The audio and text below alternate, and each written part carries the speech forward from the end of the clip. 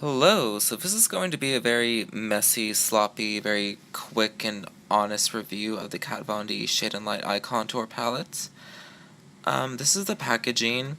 I remember, as soon as I bought it, when it was brand new, I don't know if it was just mine, but, the lettering, it's very faded, it's fading very quickly, and I take pretty good care of my palettes, but this, it just kinda, I don't know, it just fades. Anyway, on the inside, here you see you have your neutral tone quad, your cool tone quad, and your warm tone quad. Now, the colors in each quad, they are pretty consistent. They're all very pigmented, so you can see. So that's good. It's got a good mirror. It's very travel friendly, easy to carry around. I like the palette. I use it every day, but before I get into that more so, here's a quick issue I have with it. I don't know if this is just mine, but for some reason, the names on the back where it has the list of the colors, the names of them, you have your cool quad, and it has the names listed here, and then this is supposed to be your neutral quad, but instead it has the names of the warm tone colors here. Like, for instance, Succubus is that very burnt sort of umber brown shade from the warm tone quad. So the neutral quad and the warm tone quad are reversed on the back of the packaging for some reason, and that might get pretty confusing. And I've seen some videos where some people, they mistakenly name a color of the wrong one. I don't know if it's because they had the same issue or because they just made an honest mistake and they got the colors confused.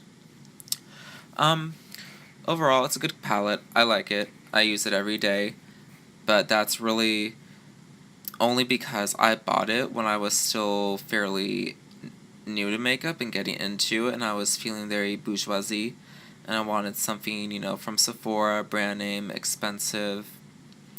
But in all honesty, you're better off saving your money because this is almost $40 palette for a bunch of browns, one black, and some cream shades.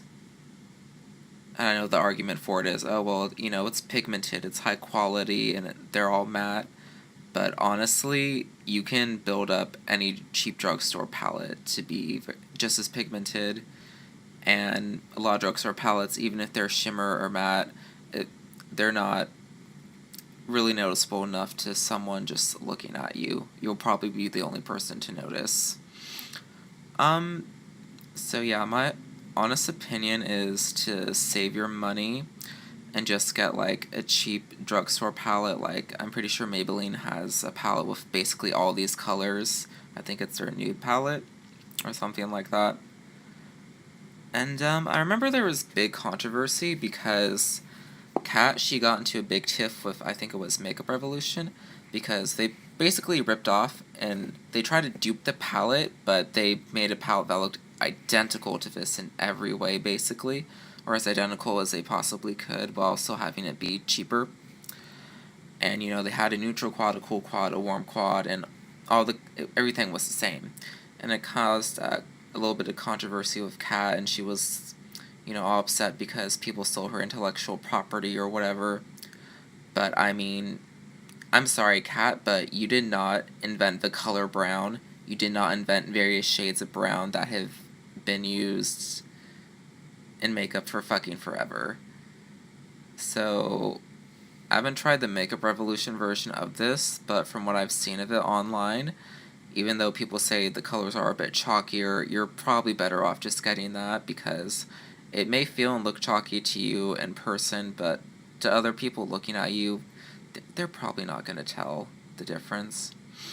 So yeah, my honest opinion is if you want to spend the money on it, it is a very good palette.